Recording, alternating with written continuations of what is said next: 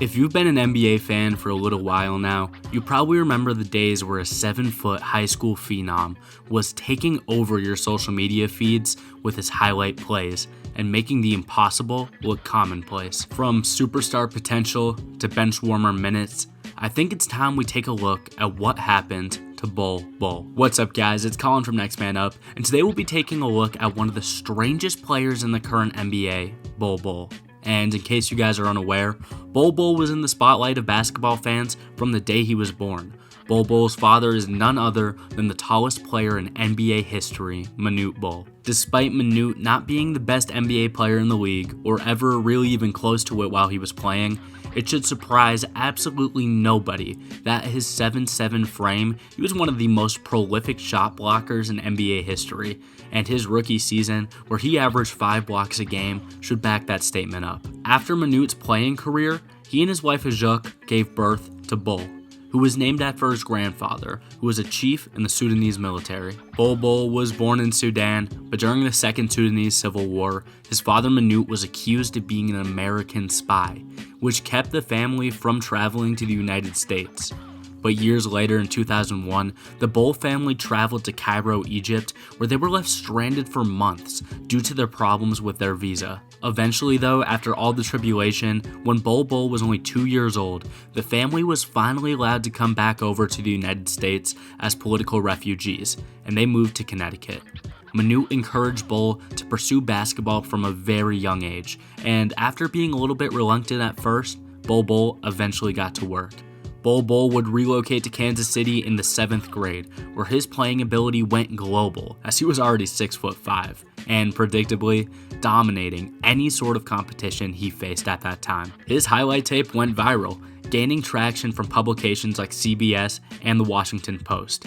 And shortly after these highlights went viral, Bol Bol picked up his first Division I offer from New Mexico State at only age 14. Unfortunately for Bol, around this time is when his father Manute would pass away.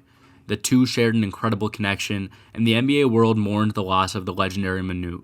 To this day, he's honored by the National Basketball Association at every occasion, and once again, rest in peace to Manute. This was very difficult for Bol. Shortly after this time, Bol Bol would be entering his freshman year of high school at Blue Valley Northwest High in Kansas City. He would quickly transfer over to Bishop Meade High, and he had to play JV minutes all the way until February of that season due to the transfer rules in that high school district.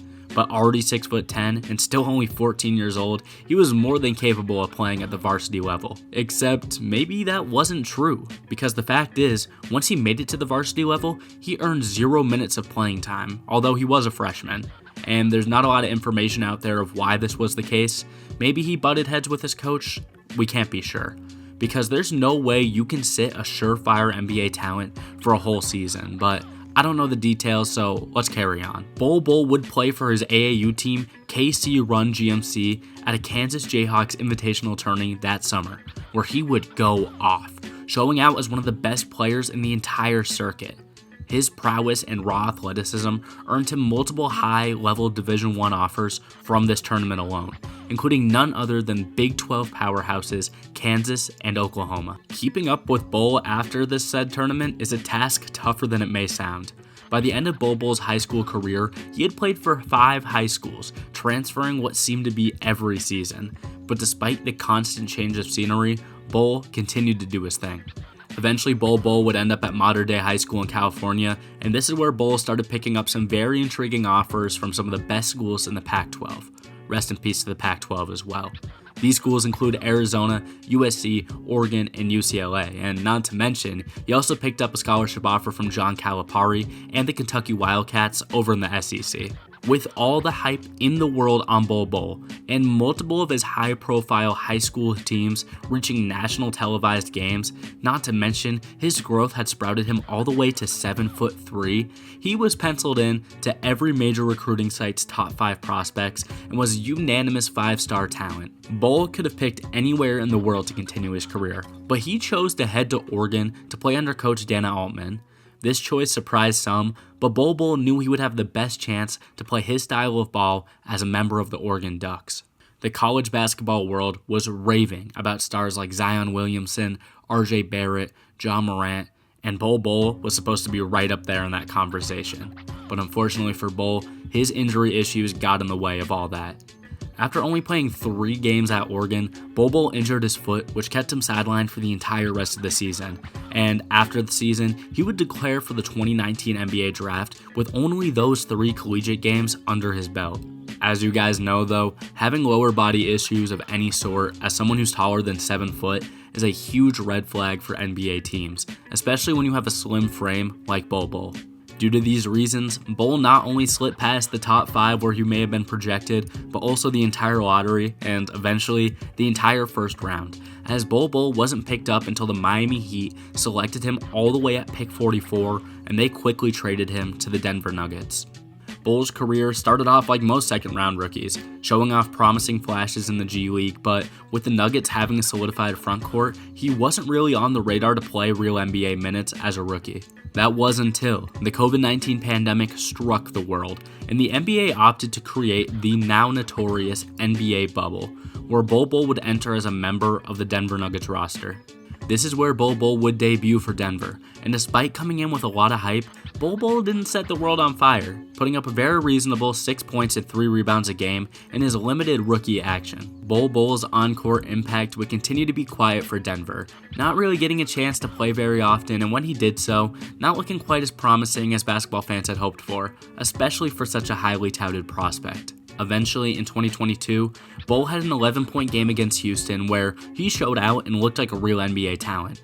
This game allowed Denver to get some value back as they shipped him off to the Detroit Pistons. While Bol had been a humble player throughout most of his career, it was clear that his lack of playing time behind Nikola Jokic and the other big men on the Denver Nuggets roster was making him discouraged, and rumor says he was not being the best teammate while a member of the Denver Nuggets, so it was time for him to go. Just a week after the trade between the Nuggets and the Pistons was set, the deal had to be shut down because Bol Bol failed his physical, meaning that Detroit would not bring him on their roster.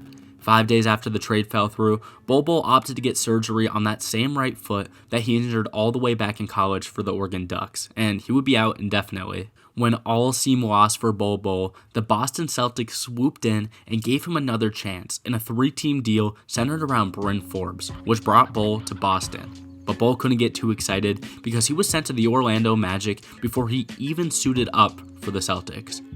Despite all of the crazy trade rumors and deals that fell through, Bol could finally relax because the Orlando Magic had plans to actually use Bol Bol and not just have him ride their bench. Once his foot healed up over the offseason, Bol Bol was ready to roll into the 2022 season. He got a career-high 21 minutes per game and showed up for the Magic in 70 games. That's much higher than he had ever received in Denver. And let's not forget, he put up 9 and 6 a game while shooting 55% from the field. On paper, Bol Bol looked really solid for Orlando.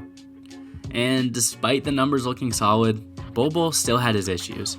He wasn't shooting the 3 very well, something that he was known to do in his high school career at a pretty high clip.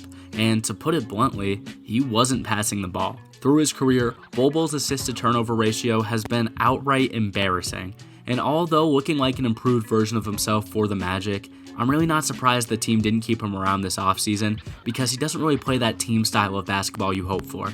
Bol Bol was brought to Phoenix just this offseason, and he's only played 8 minutes the entire year so far. He's really had no impact for the Phoenix Suns. In all honesty, I think the Suns brought him in more as an intriguing trade piece come the trade deadline than a player that they actually expected to give minutes to this year, which, to be fair, speaks volume to what Bol Bol's value really is. Do I think Bol Bol still has potential to be something special? Of course I do. Bol is still only 24 years old, and you just can't teach a guy to be 7'3". Not to mention, for a tall, skinny player with multiple foot surgeries, I still can't believe how fluidly he moves across the court. Bol Bol, to me, still passes the eye test. But in order for Bol Bol to succeed, we're going to have to be honest. He'll have to work on more than just his on-court game. He'll have to work on that mentality as well. If Bol Bol can buy into a system, be a team player, and swing the ball around, play better defense that doesn't rely on his block numbers to make an impact on that side, I think any team would want Bol Bol. But with that being said, Bol has to realize he is not the 5-star talent he once was anymore. He didn't go early in the draft, and he actually hasn't shown any of the superstar talent that NBA broadcasters such as Shaquille O'Neal still thinks he has. At the end of the day, Don't close the book on Bol Bol yet, because if you ask him, this is just the first chapter, and he has a lot of work to do. Thank you all for watching, and I gotta ask, do you guys think Bol Bol still could develop into an NBA superstar, or are his best days behind him?